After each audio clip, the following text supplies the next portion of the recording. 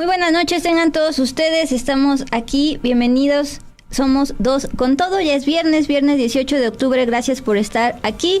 Y pues desde la mañana, y pareciera como una continuación a lo que les presentamos el día de ayer en cuanto a los pendientes de Genaro García Luna aquí en México, titular de la UIF Pablo Gómez dijo que están planteando la extradición no solo de Genaro García Luna, el secretario de Seguridad de Felipe Calderón, sino la esposa, Cristina Pereira, puesto que es su socia dentro de esta red de lavado de dinero. Mon, buenas noches, ¿cómo estás? ¿Qué tal, Dul? Pues sí, también hay información importante sobre la implementación de la reforma al Poder Judicial. Hoy tuvimos reacciones desde la conferencia de la presidenta Claudia Sheinbaum. Está afirmando que no eliminarán del diario oficial de la Federación la publicación de esta reforma al Poder Judicial. Y también pues hay información sobre una suspensión definitiva que obtuvo el partido Movimiento Ciudadano. También más noticias sobre este paro de labores en el Poder Judicial que continuará. Y Dulce, también pues en nuestro Con Todo les preparamos a todas y todos ustedes un trabajo sobre la reforma que se anunció esta semana para implementar la seguridad social y otros derechos laborales a las personas que se dedican a trabajar como repartidores de comida, por ejemplo, en aplicaciones como Uber o Didi. Hablaremos de eso. ¿Qué opinan los trabajadores sobre esta reforma, Dul? Así es, gracias por estar con nosotros. Vamos a una breve pausa y arrancamos.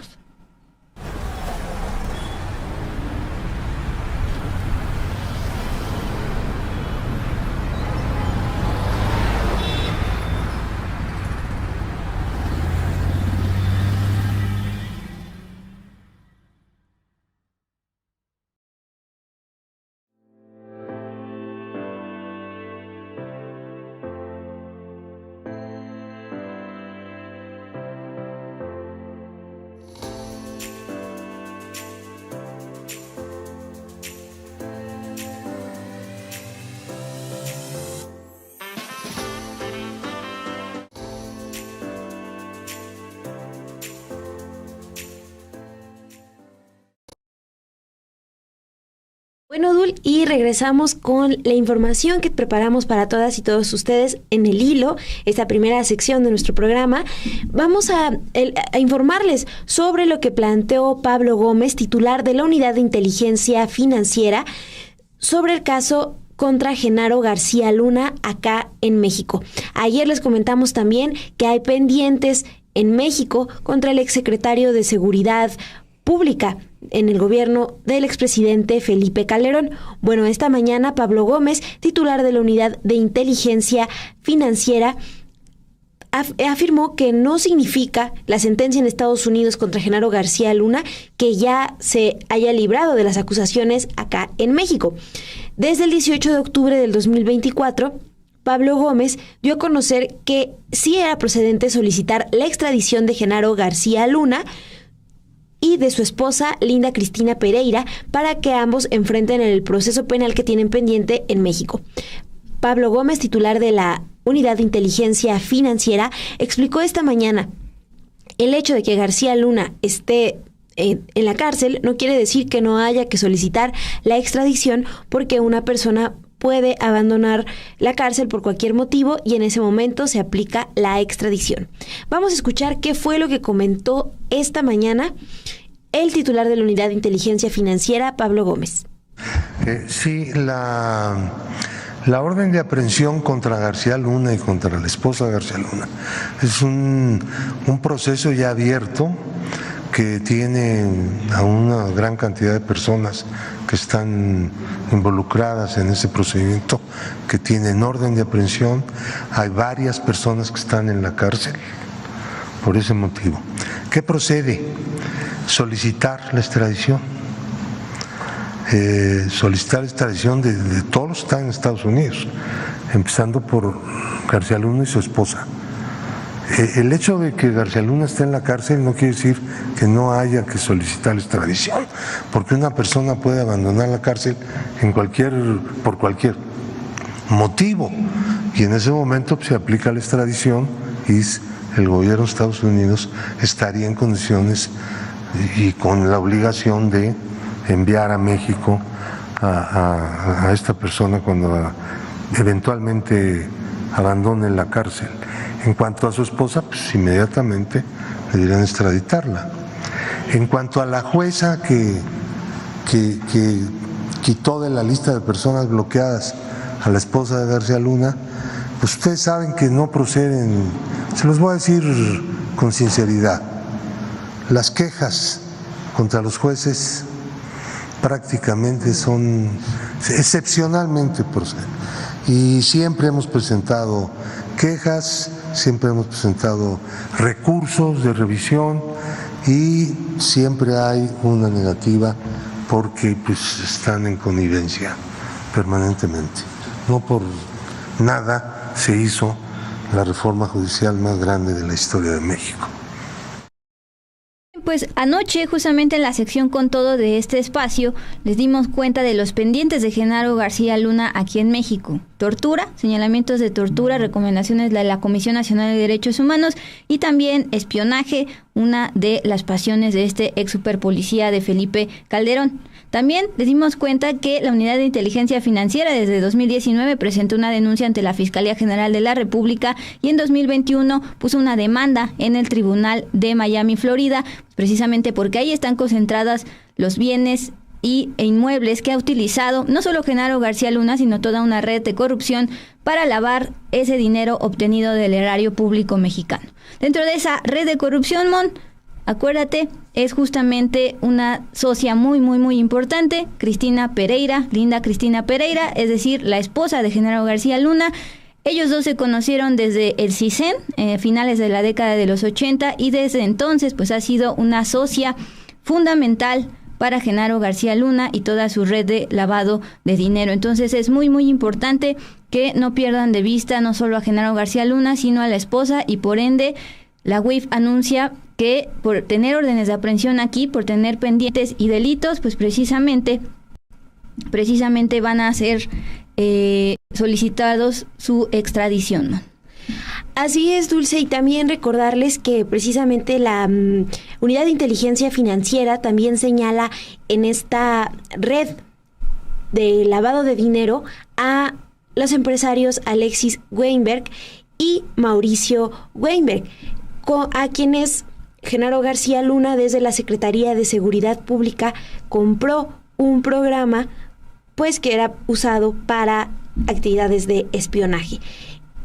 Ellos son las personas que están involucradas en esta red de lavado de dinero que ya había denunciado la Unidad de Inteligencia Financiera y por la que se está buscando también la extradición a México de Genaro García Luna, exsecretario de Seguridad Pública. Estaba justamente buscando particularmente los delitos por los cuales tienen órdenes de aprehensión aquí en México. Allá en Estados Unidos era narcotráfico, básicamente. Hay órdenes de aprehensión contra Genaro y esposa, Linda Pereira, por la introducción de armas del caso tan famoso Rápido y Furioso, también por delincuencia organizada, lavado de dinero, todo este dinero que obtuvieron de manera corrupta y fueron a lavar allá en Florida.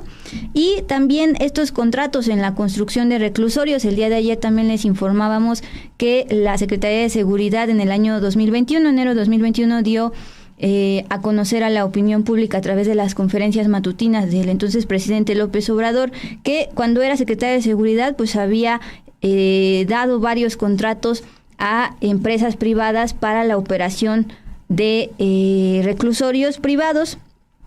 Más bien, empresas privadas obtuvieron contratos por más de 200 mil millones de pesos para operar reclusorios aquí en México. También por eso tienen estas órdenes de aprehensión. Entonces, pendientes tienen y muchos aquí en México, y ya está México preparando esta extradición. Aunque esté allá en Estados Unidos, decía Pablo Gómez, titular de la UIF, en cualquier momento puede que su condena se reduzca, que pudiera salir libre, y en ese momento automáticamente aplica la extradición. Sí, Dulce, pues está ahí el seguimiento, lo que plantean hoy las autoridades mexicanas en relación a Genaro García Luna. Y justamente en línea, en esta sección de Al Hilo, el día de hoy, esta mañana, la presidenta Claudia Sheinbaum aseguró que Felipe Calderón sí sabía sobre las actividades ilícitas que su secretario de Seguridad realizaba cuando él era el responsable, entre comillas, de garantizar la seguridad a todos los mexicanos. Durante esta conferencia de prensa matutina, Sheinbaum enumeró a las distintas personas que le advirtieron al exmandatario panista sobre lo que hacía su mano derecha, quien fue condenado este miércoles en Estados Unidos por el juez Brian Cogan a casi 39 años de cárcel y una multa de 2 millones. ¿Quiénes eran estas personas? Así lo dijo esta mañana.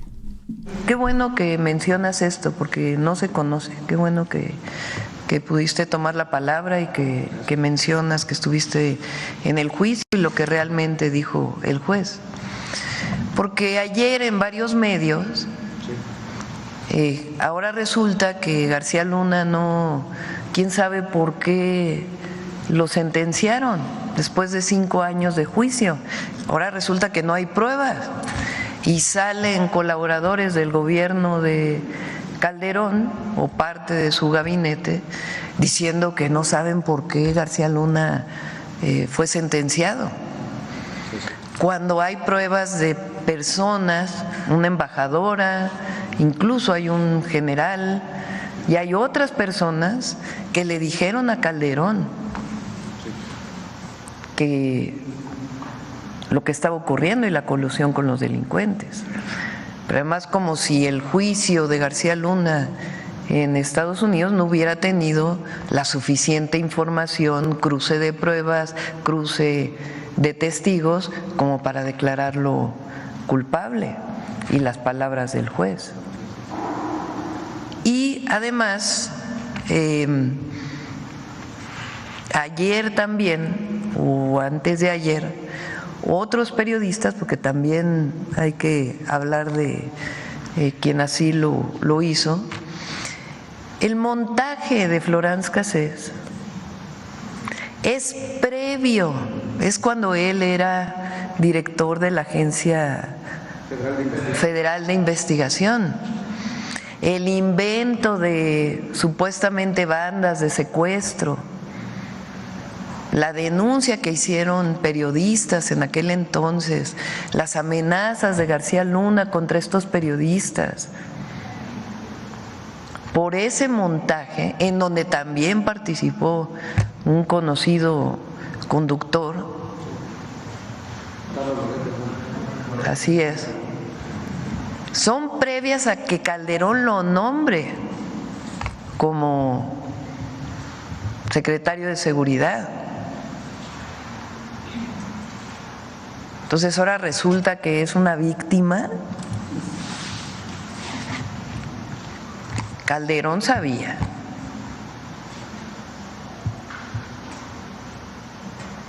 Y no puede él ahora decir que no sabía nada, porque además hay declaraciones de él diciendo yo me haré responsable si resulta culpable. Y entonces cargan ayer un montón de exfuncionarios diciendo que García Luna es inocente. Pues es triple cinismo, hipocresía y todo lo demás. Entonces, como lo mencionamos ayer, es importante que el pueblo de México sepa que hay órdenes de aprehensión contra García Luna en México, que hay investigaciones, que incluso hay una investigación relacionada con el asesinato de Colosio que tanto dolor le causó a nuestro país. Y también pues vamos a ver el tema de la extradición de la esposa. Bien, respecto a la extradición, posible extradición planteada esta mañana por el titular de la UIF de Genaro García Luna y su esposa, aquí están comentando Martín Balcázar Rojas.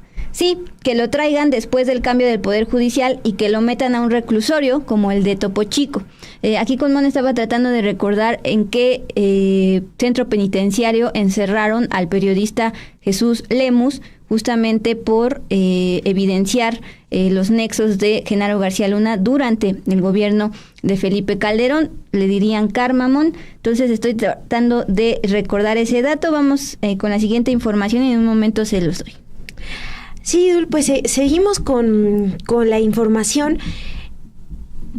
Tiene que ver también con un caso que se está juzgando allá en Estados Unidos.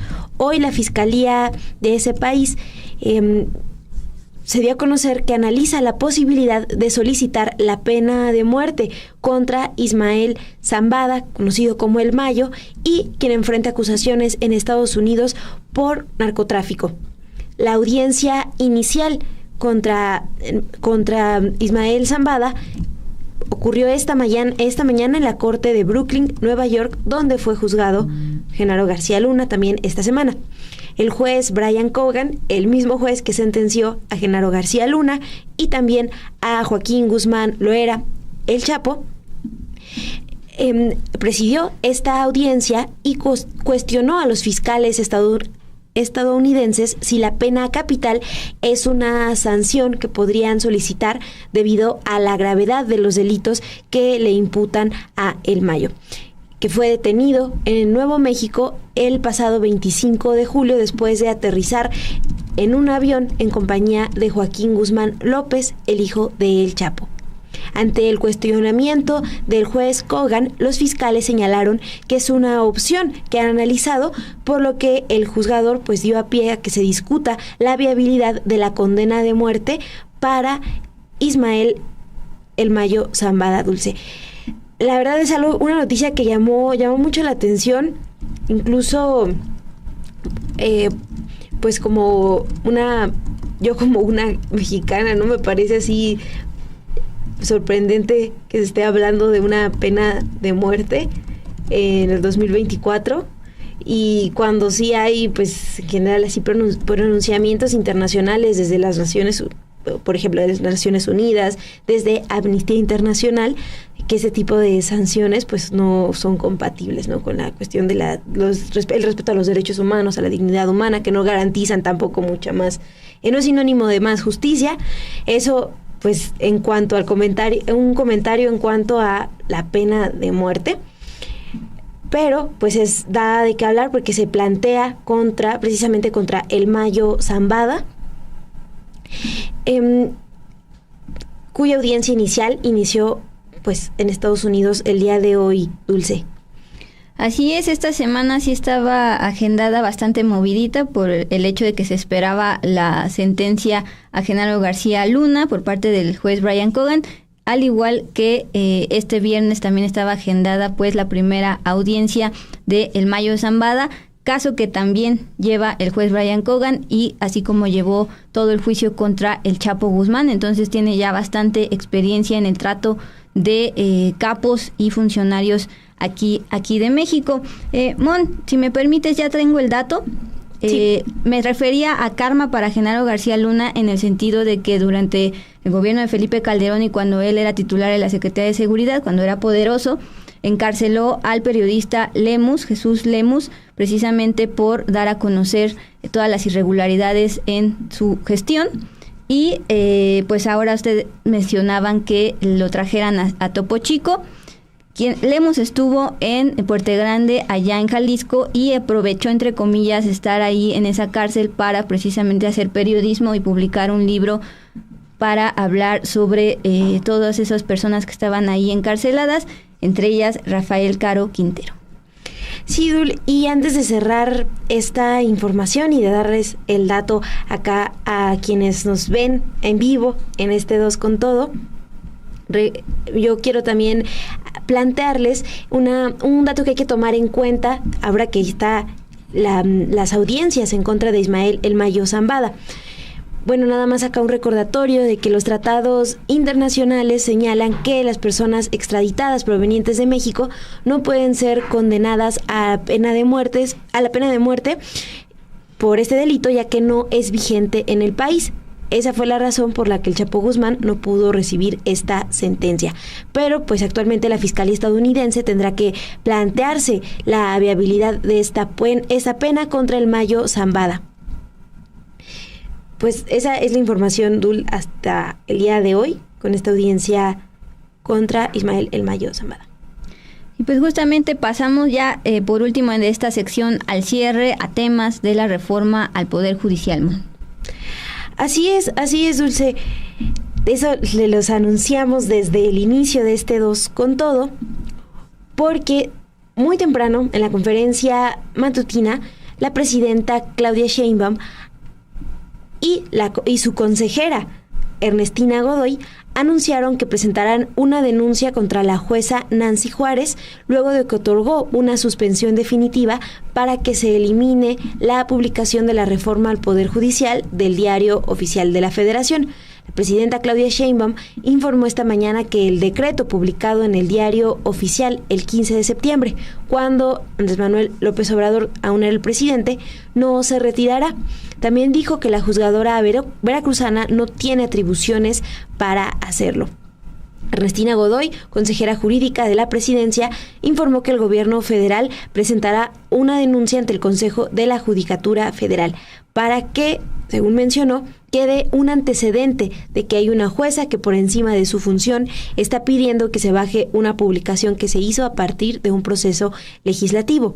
Aquí, la consejera jurídica Ernestina Godoy recordó que la reforma judicial fue aprobada primero en el Congreso Federal y luego en la mayoría de los congresos locales.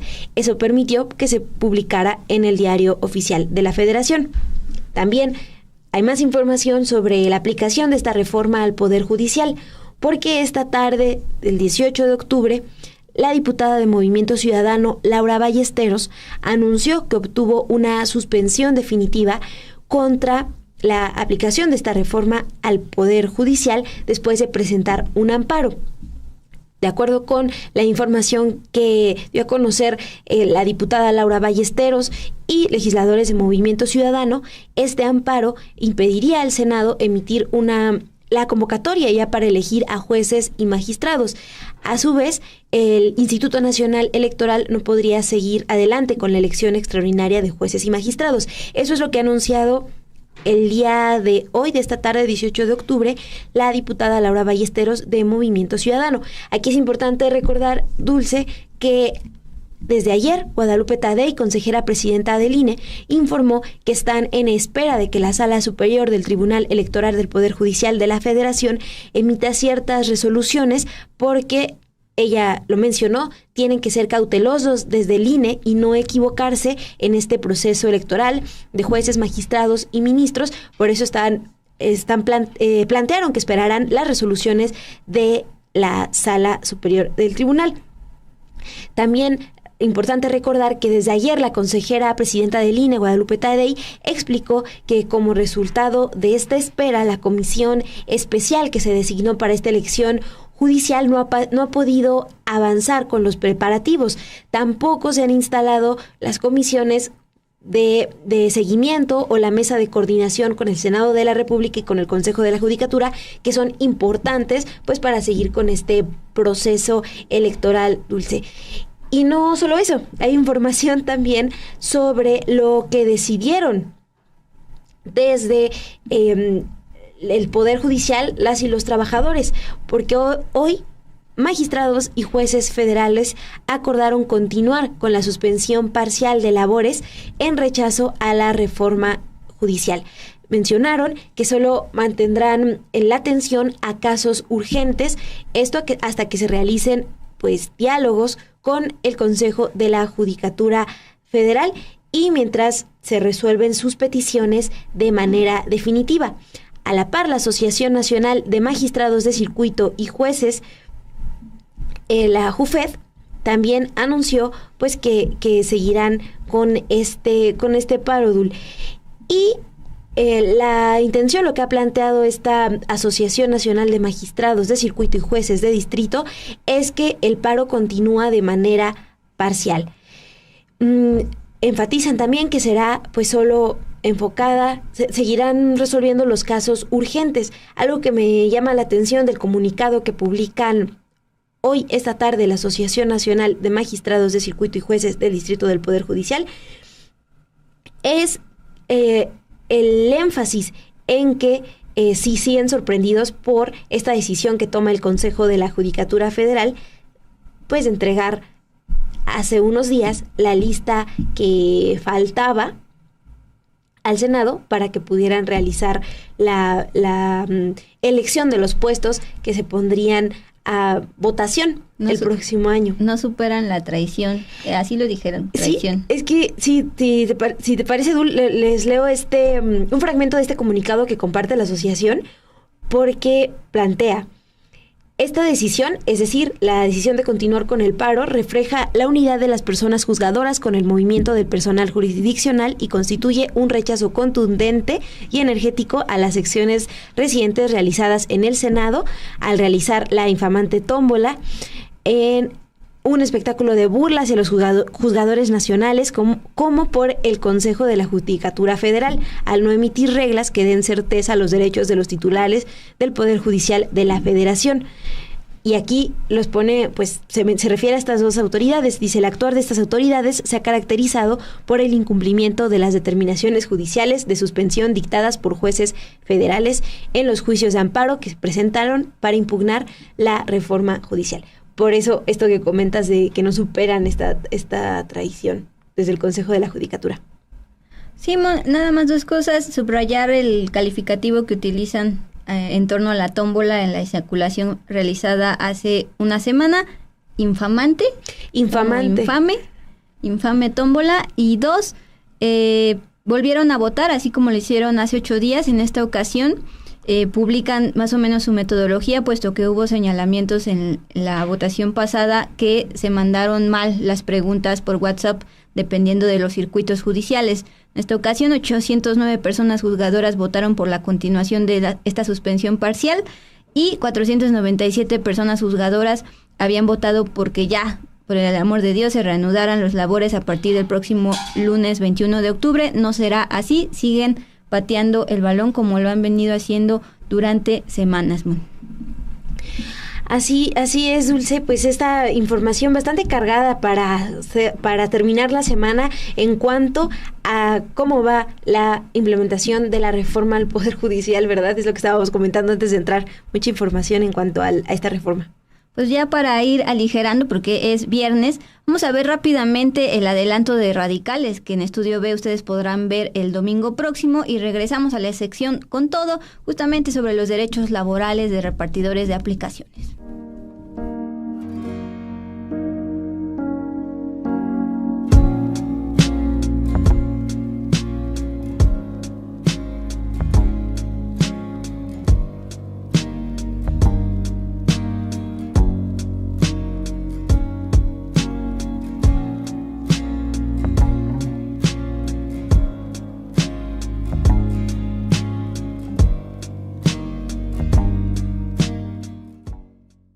Los esperamos en Radicales domingo a las 6 de la tarde. Vamos a analizar la sentencia contra García Luna y el fin de Felipe Calderón.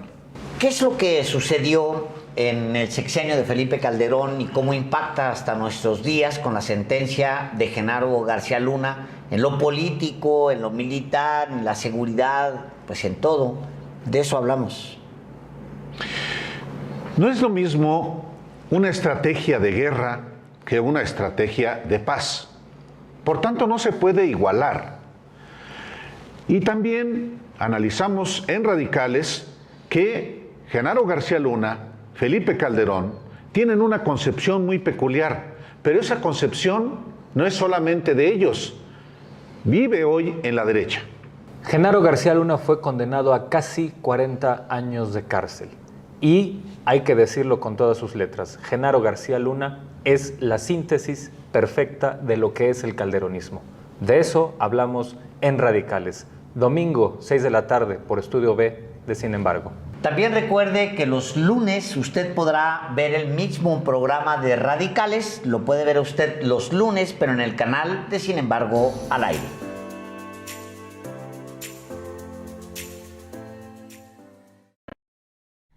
Son las 9:08, tiempo del centro de México, es momento de ir con todo. Este día platicamos con Saúl Gómez, él es el fundador del colectivo Ni un Repartidor Menos, que surgió a partir de los accidentes mortales que han tenido estos repartidores, tanto en bici como en motocicleta, en el marco de la violencia vial. Pero el día de hoy hablamos sobre esta reforma presentada esta semana por el gobierno de la presidenta Claudia Sheinbaum en torno a derechos laborales para estos trabajadores de aplicaciones, no solo repartidores, también choferes, por ejemplo, de Uber y de Didi. Pues vamos pues con todo. El miércoles 16 de octubre, apenas esta semana, durante su conferencia matutina, la presidenta Claudia Sheinbaum firmó una iniciativa de reforma a la Ley Federal del Trabajo para que los trabajadores de plataformas digitales como Didi, como Rappi, como Uber, e incluso también como repartidores de Amazon, tengan garantizados derechos laborales como seguridad social a través del IMSS. Hasta ahí todo muy bien. Dijo que será enviada a la Cámara de Diputados, donde Morena tiene mayoría para su discusión, es decir, es muy probable que se apruebe. Desde el 1 de octubre, cuando asumió la presidencia, en su discurso desde el Zócalo, donde enumeró todos sus compromisos, en el compromiso 59, dijo que enviaría la ley para garantizar la obligatoriedad de la seguridad social para las y los trabajadores repartidores de aplicaciones telefónicas. El colectivo Repartidores Unidos de México señaló que la reforma fue presentada sin alcanzar un acuerdo con ellos y sin consultar a los repartidores de otros estados, es decir, es bastante centralista. Por esa razón, rechazan que la reforma lo subordine a un horario continuo de 8 horas, dado que repartidores y choferes de Uber, Didi o Rappi han encontrado autonomía y sobre todo flexibilidad para laborar cuando puedan. Sobre todo piensen en estudiantes que necesitan estudiar y trabajar. También piensen en esas madres y padres solteros que necesitan flexibilidad en horarios, así como personas con algún tipo de discapacidad que no podrían trabajar o estar montados en una bici y moto durante 8 horas continuas, como están planteando en esta reforma. Asimismo, este colectivo cuestionó que durante la presentación de la iniciativa los colocaron junto con sindicatos charros. Si usted recuerda, durante esta conferencia se vio en una diapositiva de PDF al colectivo Ni un repartidor menos al lado de símbolos de sindicatos charros, incluso relacionados con el polémico Pedro Aces. Esto fue lo que comentó Saúl Gómez en conversación con Dos con Todo. Ni un repartidor menos, y ahora lo que somos RUM, siempre hemos pugnado, por sí, o sea, va la seguridad social, pero no queremos perder nuestra independencia, nuestra flexibilidad como tal, llamarlo. Y es que, por ejemplo, o sea, el esquema de flexibilidad no significa que pueda trabajar con uno, con otro, o con 2 empresas, o con 3. La flexibilidad es que yo pueda hacerlo cuando quiera, en el momento que quiera y por el tiempo que yo quiera, sin comprometerme a que ellos sean mis patrones. En esta propuesta de ley, ellos se convierten en patrones. Y este es el punto en el cual nosotros tenemos este como punteo, porque nosotros no queremos subordinación. Incluso hasta ya el día que hicieron la presentación de esta iniciativa, nos pusieron junto a sindicatos charros. O sea, abajo del logo de Ni un repartidor menos que fue presentado, hay un sindicato de marineros. ¿Qué tiene que ser un sindicato de marineros involucrado en temas de reparto de comida y y de transporte de pasajeros? No entendemos, o sea, hay cosas que no son claras, o sea, definitivamente es bueno que nos hayan tomado en cuenta, pero no que no nos hayan escuchado. No es válido que salgan con que solamente era para repartidores. Y yo le pregunté a Alejandro Salafranca, ¿esto va a incluir a conductores? Sí, y no solo a conductores, a todo aquel que trabaje en plataforma. Eso quiere decir que también va a involucrar, por ejemplo, a las plataformas que hacen envíos de paquetes o de productos, ¿no? Y sí, o sea, las aplicaciones también, o sea, no son unas peritas en dulce. Y lo volvemos a decir, o sea, nosotros no defendemos a las plataformas. RUM no defiende a las plataformas. Defendemos la manera en que trabajamos y ganamos nuestro sustento. Los compañeros están muy molestos porque, o sea, el convertirse en empleado, pues es regresar a un esquema de 8 horas. Hay compañeros O sea, no quiero llegar a más, a ofender a algunos otros. Hay compañeros que salen a las 6 de la mañana de sus casas y se meten hasta las 9 de la noche. Y entre propinas y todo, pues ganan más de 1,000 pesos. Mal no ganamos. Lo que aquí necesitamos es que de verdad se escuche la voz de quienes estamos allá afuera. Y es que, ¿quiénes van a ser los más perjudicados? Estudiantes, chavos que no van a poder tener una media jornada para trabajar, hombres y mujeres, ¿sí? Madres solteras, o sea, no llegan todas, ¿eh? O sea, con esta propuesta de ley se van a quedar fuera muchas, porque ahorita vamos a los números, ahorita le estoy diciendo como los grupos, ¿no? Madres y padres solteros, para afuera. Personas con algún tipo de discapacidad, para afuera. No hay una persona con discapacidad que pueda aguantar jornadas continuas de 8 horas montados en una bici o en una moto. Le meten mucho esfuerzo para estar, pero a veces se cansan. Eh, y personas migrantes. Lo raro o lo bueno es que supuestamente nos decía Alejandro Salafranca, pues bueno, que él se reunió con jubilados y los jubilados sí pueden continuar trabajando, pero estos 4 sectores que mencionó, ¿no? O sea, no se escuchó a todos. Eh, algo que también debo de comentar es que la federación, que son trabajadores en plataformas de los estados, también están muy incómodos y muy molestos por esta situación.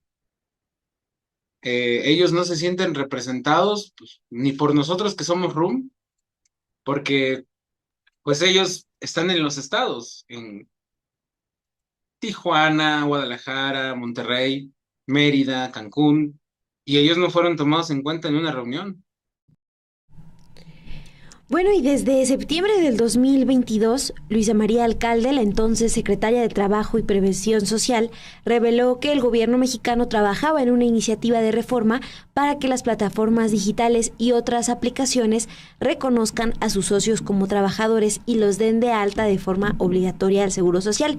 De acuerdo con Saúl Gómez, desde entonces los trabajadores plantearon propuestas que al menos hasta hoy no se tomaron en cuenta en esa iniciativa que se presenta el 16 de octubre en la conferencia de la presidenta Claudia Sheinbaum.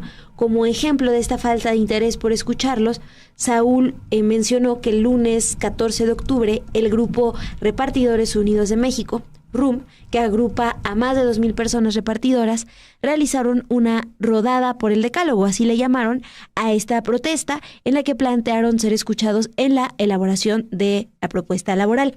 Ese día, de acuerdo con lo que denunció RUM, Repartidores Unidos de México, Carlos Brito, el director general de Concertación y Capacitación Laboral de la Secretaría del Trabajo, les prometió que no presentarían una reforma sin consultarlos, pero pues un día después fueron citados con el argumento de dialogar.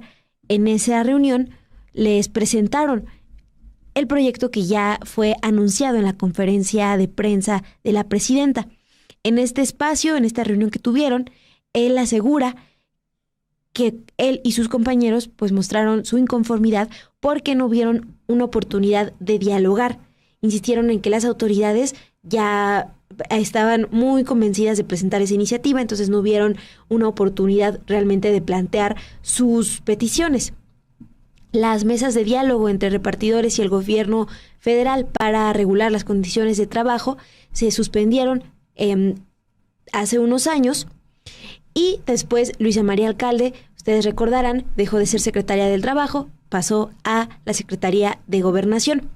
Hasta la fecha, de acuerdo con Saúl, que es parte de este colectivo Ni un Repartidor Menos, no se han reunido directamente con el secretario de Trabajo, Marad Bolaños. Escuchemos qué es lo que nos comentó sobre estas negociaciones y la reunión más reciente que tuvieron esta semana con autoridades del gobierno federal.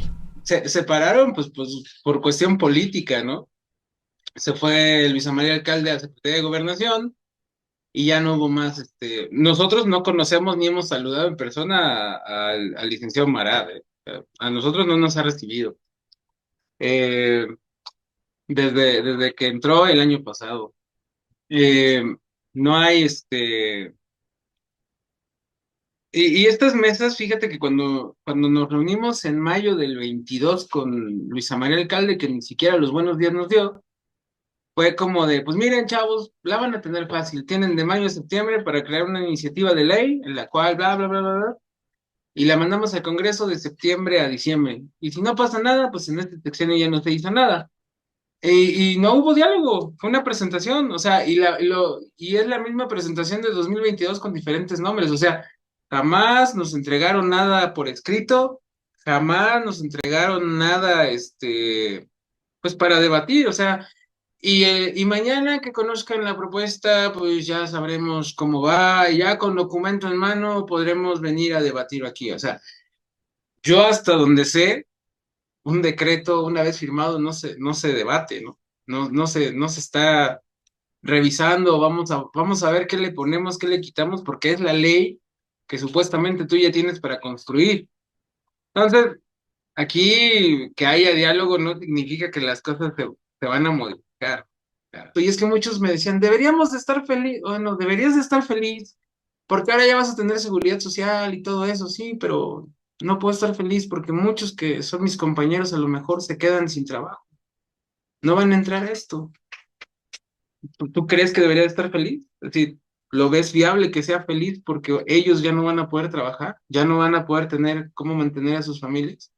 En el mejor de los casos, si hubiera trabajo digno en México, igual y dejaríamos desde hace mucho las plataformas, pero en pleno 2024, sí, 2024, se vino a construir una ley para que te puedas sentar en el trabajo. En pleno 2024, las autoridades se resisten a dar jornadas dignas de trabajo. Bien, antes de pasar al tema de derecho social, justamente formar parte del IMSS y este programa piloto anunciado en esta reforma, en esta iniciativa, la Ley Federal del Trabajo, en lo cual sí están de acuerdo. Vemos muchos comentarios de ustedes y algunas dudas que también surgieron al momento de ver la presentación en el PDF y lo que dice Saúl por parte de Ni un repartidor menos. Dice Víctor Hugo Pérez Espinosa, que es el que más presentó dudas. Sí se puede, en el tema dice, la reforma también contempla la flexibilidad de horarios. Si Luis me puede hacer el favor de justo poner la diapositiva donde dice la reforma en resumen presentada por la Secretaría del Trabajo esta semana en la conferencia matutina, en la parte de flexibilidad y libertad, justamente habla de eso. Dice, flexibilidad y libertad. Las personas trabajadoras seguirán escogiendo sus horarios de trabajo, así como la o las plataformas para las que trabajan. Subordinación discontinua y acotada al tiempo efectivamente trabajado, sin afectación ni cambios al modelo de negocio. Pero por otra parte, habla de la desconexión, reglas para la desconexión. Para casos graves podrá ser inmediata por incumplimientos de pedidos o reglas con al menos 3 días de anticipación previo a la desconexión. En todos los casos deberá haber mecanismos de revisión gestionados por personas y no por algoritmos o computadoras. Es decir, por un lado sí está planteando esta famosa subordinación discontinua. Es por eso que desde este colectivo de repartidores unidos de México decían que sí a la seguridad social, no a la subordinación laboral, porque ellos están interpretando precisamente esto, que sería, juntándolo con lo de la desconexión y las reglas a la desconexión, que tendrían que trabajar, si bien no continuas las 8 horas, lo cual pues va en contra de la autonomía que han tenido los repartidores. Y no pensando en el repartidor promedio, piensen en los estudiantes y en las madres solteras que necesitan pues efectivamente horarios específicos y no conectarse siquiera las 8 horas. Ese es el tema, Mon. Sí, Duli, también algo que le planteabas hoy a Saúl en entrevista era esta cuestión de qué significa la desconexión, qué va a pasar con esas reglas. Y una de las dudas que nos comentó siguen teniendo los repartidores, las repartidoras, es que precisamente no les explicaron cómo se mediría esta desconexión, cómo empezaría a implementarse este programa piloto, ¿no? Si ya van a entrar a la protección del seguro social. Entonces, es lo que les estamos planteando en este momento, las dudas que hay desde el sector de repartidores sobre cómo se implementaría esta iniciativa y sobre todo el descontento por la falta de diálogo, ¿no? Pero Dul, ibas a comentar qué es lo que contempla la iniciativa en cuanto a la seguridad social. Así es, que es justamente donde sí encontraron acuerdos desde las mesas del año 2022 y pues a pesar de que están denunciando que al final ya no hubo un acuerdo completo, integral, antes de ser publicado esta semana. En el tema del IMSS está más que palomeado, por supuesto. La iniciativa anunciada por el gobierno plantea que las y los trabajadores de plataformas digitales que ganen al menos un salario mínimo, que nos decía Saúl que la mayoría lo gana, accederán a las prestaciones del IMSS como protección ante riesgos de trabajo. Ojo ahí, porque justamente ni un repartidor menos surgió a partir de los accidentes viales y mortales. Van a tener protección ante riesgos de trabajo, un seguro contra accidentes, enfermedades, incapacidades, licencias de maternidad, guarderías y pensiones. En un inicio, el IMSS hará un programa piloto, como anunció esta semana. Sin embargo, el director de Asuntos Públicos de Uber, Nicolás Sánchez, hasta el momento solo Uber de estas aplicaciones en cuestión se ha pronunciado. Él dijo esta semana que la propuesta requiere perfeccionamiento mediante un diálogo mucho más amplio, porque dice, en el estado actual no es viable. Este es su argumento. Esto es una forma de generar ingresos flexibles. No hay jefes, no hay instrucciones, nadie está obligado a cumplir horarios, nadie está obligado a estar en determinadas zonas. Si están 5 minutos y no 8 horas, ya hay que pagarles derechos. Obviamente, ese supermercado no va a funcionar de esa manera. Es imposible. Ahora, ¿cuántos son? Los datos del SAT, del Servicio de Administración Tributaria, presentados el martes por el secretario del Trabajo, registran a 658,000 personas que trabajan en alguna plataforma digital. Pero tanto Nicolás Sánchez de Uber como Saúl Gómez tienen el dato de que son al menos ya actualmente, con los datos actualizados, más de 2 millones de trabajadores. Ahora, también basados en lo que ya sucedió en Europa se emitió recientemente este año la famosa Ley Rider, que también apuesta por dar seguridad social a los trabajadores repartidores que crecieron y tuvieron un boom durante la pandemia. Saúl está estimando que ese número, más de 2 millones, podría disminuir porque las aplicaciones van a decidir salirse del país por no poder cumplir este tema de la seguridad social. Ya pasó con Sin Delantal, una empresa argentina, si bien no fue por esto, sí decidió salirse de México. Así lo dijo Saúl. El gobierno maneja que somos 675,000 con los otros datos que presenta, por ejemplo, Alianza IN, que tiene a las 3 plataformas con él, ¿no?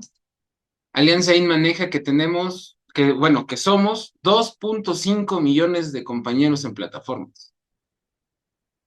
Si con esta misma propuesta que se hizo en 2022, solamente iba a sobrevivir el 6%, que son 32,000 repartidores, con esta misma propuesta, yo creo que si sobrevivimos 32,000 es mucho. Yo creo que vamos a sobrevivir a lo mucho 25,000.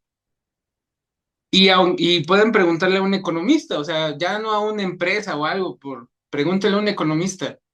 ¿Existe alguna empresa en el mundo que pueda absorber a 2.5 millones de empleados? No los va a ver. No existe. Y aparte, las cargas fiscales no van a cambiar. No, al no existir un cambio fiscal, pues vamos a seguir tributando igual y hasta va a aumentar porque ahora tenemos que pagar más ICR, porque ahora ya vamos a tener seguro social. Entonces, sí hay preocupación dentro del sector de los repartidores. De los conductores también ya empieza a haber reacciones, como de que no fueron tomados en cuenta en uno, fueron engañados, y lo peor de todo es que ni siquiera fueron mencionados, ¿no? Bueno, Dul, y acá nos preguntan, nos plantean en el chat los riesgos que enfrentan las personas que se dedican a trabajar en estas aplicaciones. Bueno, También aquí les vamos a compartir unos datos que han hecho públicos el colectivo Ni un repartidor menos. Desde el 2018 se han registrado aproximadamente 700 repartidores fallecidos en todo el país. La Ciudad de México es una de las zonas más afectadas, con al menos 300 personas que han muerto. A pesar de esto, pues los casos siguen sin recibir justicia, y también han planteado desde el colectivo Ni un repartidor menos que podrían ser muchos más por el miedo a denunciar o porque estos casos no se registran adecuadamente. Les planteamos también que hay cuestionamientos por la falta de inclusión de perspectivas desde otros estados. Por ejemplo, Saúl también lamentó que en la iniciativa que ya firmó la presidenta Claudia Sheinbaum no se incluyeron perspectivas de estados como Baja California o Yucatán. También nos comentó del caso de Nuevo León, donde pues es distinto a cómo se trabaja acá en la Ciudad de México. Vamos a escuchar qué nos dijo en esta última parte de la entrevista. Todo lo están centralizando, ¿no? Todo es Ciudad de México. No puede ser todo Ciudad de México. O sea, ¿por qué hablaron nada más con representantes de la Ciudad de México y no de los estados? No es lo mismo repartir o entregar o conducir en Ciudad Juárez, Chihuahua, bueno, ahí ni se puede, que en Cancún. Ahí no puedes porque pues, están los sindicatos, ¿no? Y además el líder del sindicato está en Morena, para acabarla, ¿no? Y ya es diputado. Entonces no es lo mismo repartir en Tijuana que repartir en Mérida, por mencionar alguna situación, ¿no? O sea, las situaciones no son las mismas, los tiempos no son los mismos, no es lo mismo repartir a 40 grados en Monterrey que repartir casi a 50 grados en Mérida, ¿no? Bueno, pues agradecemos sobre todo a Víctor Hugo Pérez Espinosa, nos estuvo arrojando varios datos respecto al contenido de esta reforma, incluso citando ya los artículos que muy pronto estarán discutiendo en el Congreso. Y también agradecemos pues los casos, además de Luis Mata, que nos está ayudando a operar el programa. Recuerda esto, hay repartidores que se meten a jalar a barrios bien bravos y además de madrugada. A ver, corrígeme Luis, pero creo que es precisamente porque de noche ganan más, ¿no? Así como los conductores de Uber también se atreven a jalar de madrugada precisamente porque a ti como usuario te cobran más si los pides de noche. No sé si aplique lo mismo en el de comida, pero justo ahorita estaba viendo mi fuente de sabiduría, que es TikTok, y un repartidor estaba compartiendo a través de su cámara pro cómo se metió en calles y callejones, literal callejones, atrás del Mercado Sonora, aquí en la Ciudad de México. Ustedes sabrán que es una de las zonas pues más rojas, y de madrugada afortunadamente no le pasó nada. Y segundo, quisiera compartir pues lo que le ocurrió a un conocido que es repartidor precisamente de estas aplicaciones, y pues en el contexto de que todavía no surgía esto y ni que no se ha aprobado el tema de tener seguridad social. Él iba en una avenida y un camión pues se le cruzó, básicamente lo atropelló y pasó por encima de su pie.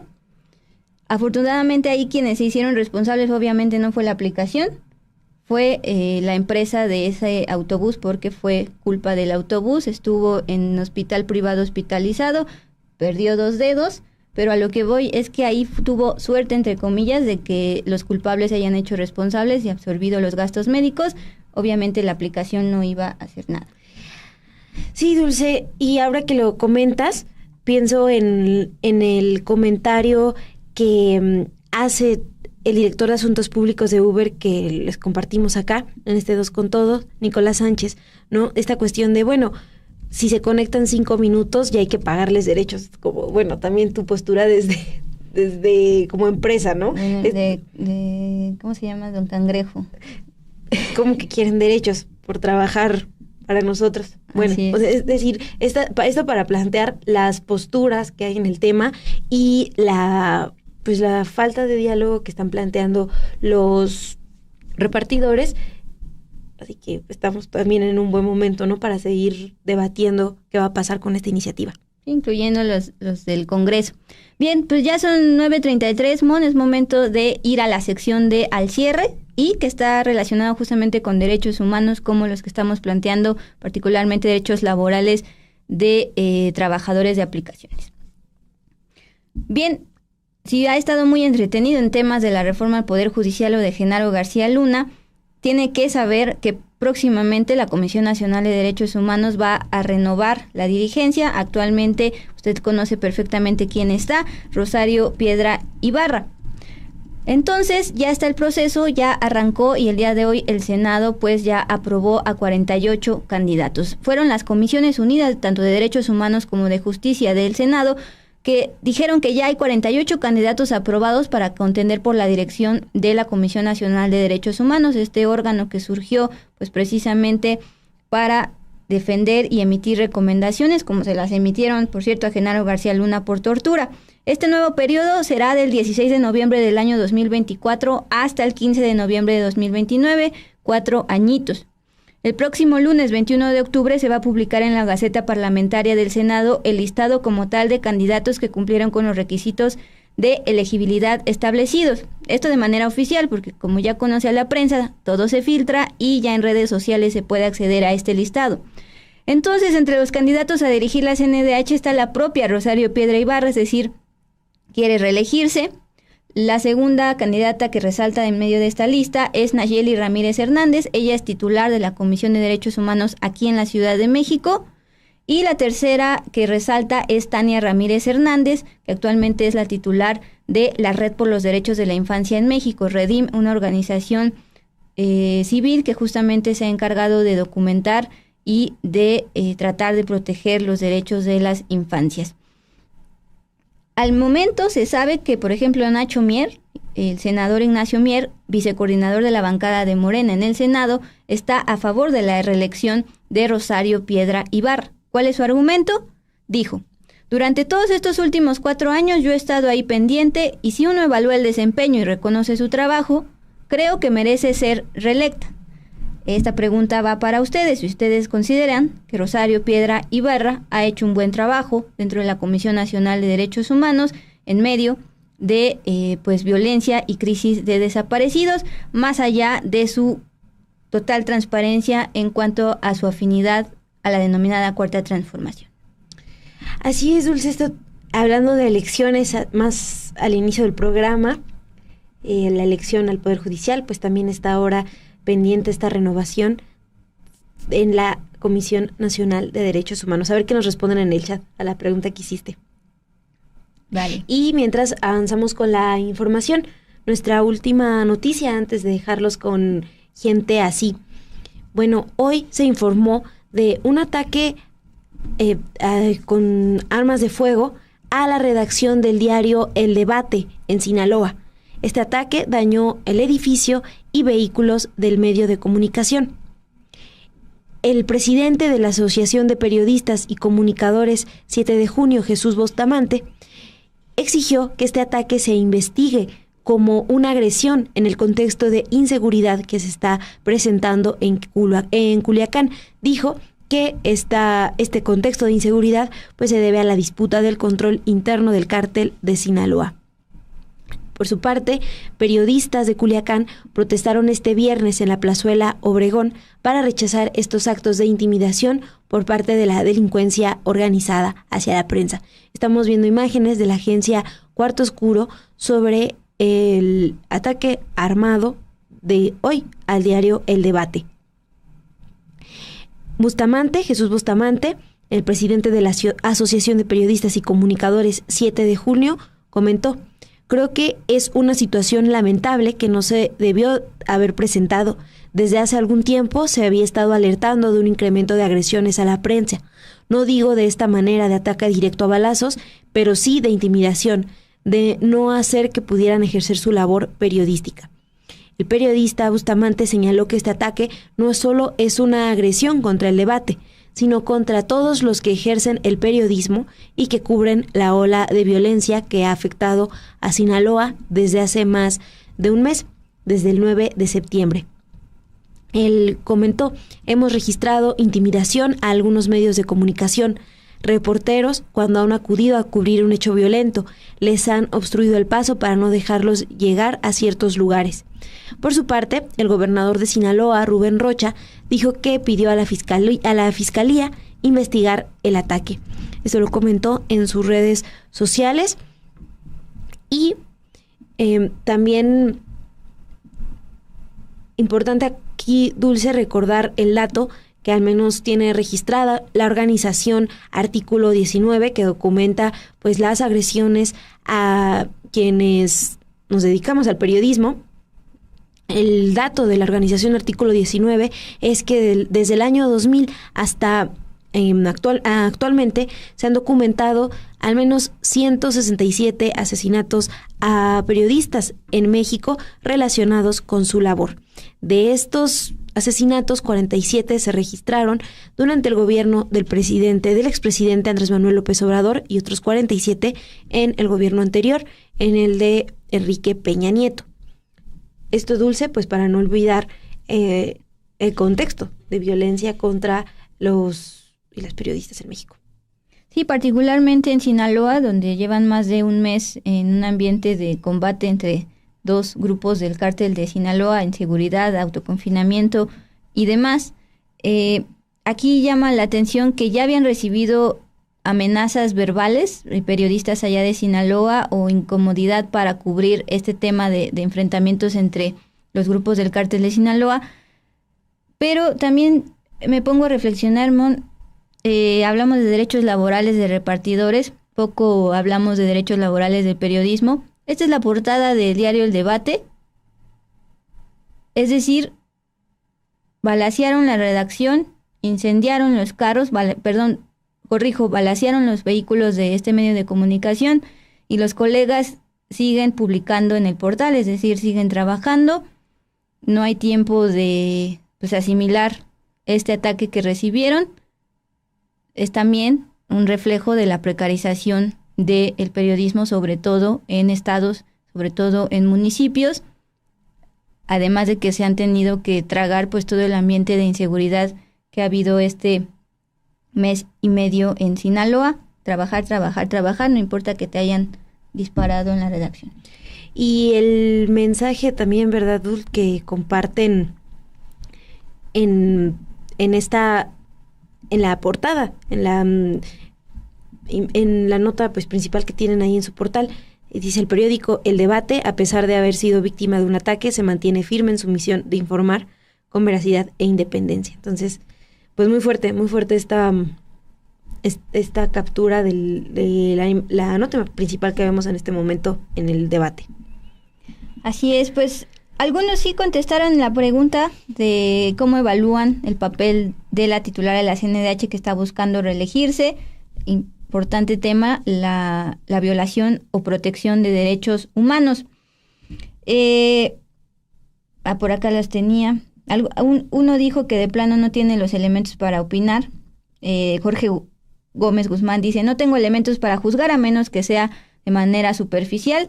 Los que sí van a tener elementos son los del Senado, que van justamente a elegir qué candidato de estos 48 de la lista los próximos días. Tienen hasta el 2 de noviembre para decidir, puesto que el 16 de noviembre de este año arranca el nuevo periodo de titular de la CNDH. Tala dice: ¿qué pex, Dulce? Los de derechos humanos no tienen dientes como para detener con su varita mágica toda la tragedia. Bueno, tuvieron en su momento dientes para emitir recomendaciones, 44 recomendaciones a la Secretaría de Seguridad de Genaro García Luna respecto a la tortura de sus policías. Que se ignore ya es otro tema. Esther G.E. Nada de reelecciones en ningún lado, esa gente está viciada ya. Que entre gente nueva, se trata de mejorar. Es mejor que aprenda en el camino, que beneficie a gente amañada con conductas viciadas. Ahí es en general la reelección. Y es todo, Mon, por acá de estas respuestas. Gracias por contestar, por interactuar con nosotras en el chat, estar bien al pendientes a esa transmisión que hacemos en vivo, y a quienes se conectan también desde el inicio de la transmisión a las 6 de la tarde con los periodistas, que se quedan a ver a Pedro Mellado en Puntos y Comas, y pues que nos acompañan acá hasta el final en Dos con Todo, Dulce. Ya casi nos vamos a ir. Logramos llegar a viernes una vez más, Mon. Gracias por sus likes, comentarios. Ahora no cayeron superchats. Sí. No, pues muchas gracias para pasar el fin de semana. Sí llegaron superchats de Gerardo Meléndez, también me parece que de Víctor, vi uno por ahí. Buenísimo, pues muchas gracias por el apoyo. Y ahora sí, Mon, los dejamos precisamente con el gente así de nuestra querida Heréndira. Miembros de la denominada 4T olvidan austeridad y alimentan escándalos por sus lujos. ¿A quién se refiere particularmente? Pues vamos a verlo. Mientras tanto, Mon, agradezco a Ilse García en producción, a Ana Méndez en diseño, a Dud Mata en operaciones y a ti por tu compañía. Gracias, Dul. Nos vemos la próxima semana, el próximo lunes, acá en Dos con Todo. Y no se olviden de dejarnos sus likes y compartir ya cuando estén los recortes de este Con Todo. Que tengan excelente fin de semana y mañana en Close Up Estudio B, Pedro Aces.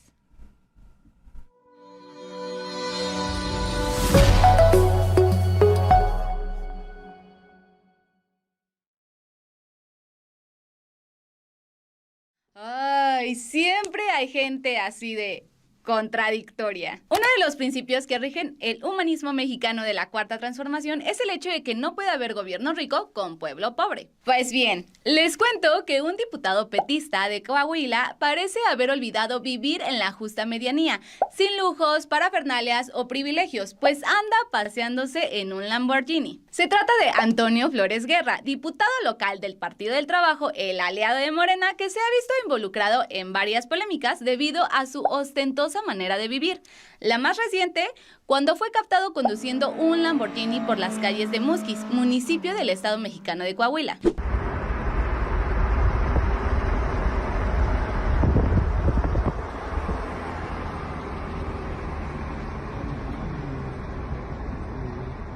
Flores Guerra proviene de una familia dedicada al sector industrial, principalmente minero. Heredó de su familia la empresa Minerales Don Chilo S.A.D.C.B., que en 2022 firmó un contrato con la Comisión Federal de Electricidad para la venta de 1 millón de toneladas de carbón. Además del Lamborghini Euro C de $258,000, Antonio Flores posee un Corvette entre algunos otros vehículos tipo Racer, de acuerdo con el diario El Financiero. El también llamado Rey del Carbón ha invertido además en la construcción de gasolineras en Coahuila, en un salón de fiestas infantiles y, según el medio citado, se sumaría a la construcción de carreteras invirtiendo en ellas. Los lujos de este político llegaron el miércoles a Palacio Nacional, en donde la presidenta Claudia Sheinbaum Pardo sostuvo en su conferencia mañanera que ningún legislador debe tener contratos con el gobierno. E incluso mencionó que debería investigarse si es posible legislar al respecto, ya que se podría llegar a generar un conflicto de intereses. Mi opinión es que un legislador no debe tener contratos con el gobierno. Esa es mi opinión y hay que buscar si se puede legislar en torno a ello, porque no se puede tomar como un conflicto de interés. Pueden ser empresarios, empresarias y que tengan contratos con privados, pero no creo que un legislador o legisladora deba tener contratos con gobierno. Incluso lo planteé para algunos casos de en su momento de Morena, que había empresarios y yo dije, bueno, a ver, se separan de su empresa para evitar cualquier conflicto de interés.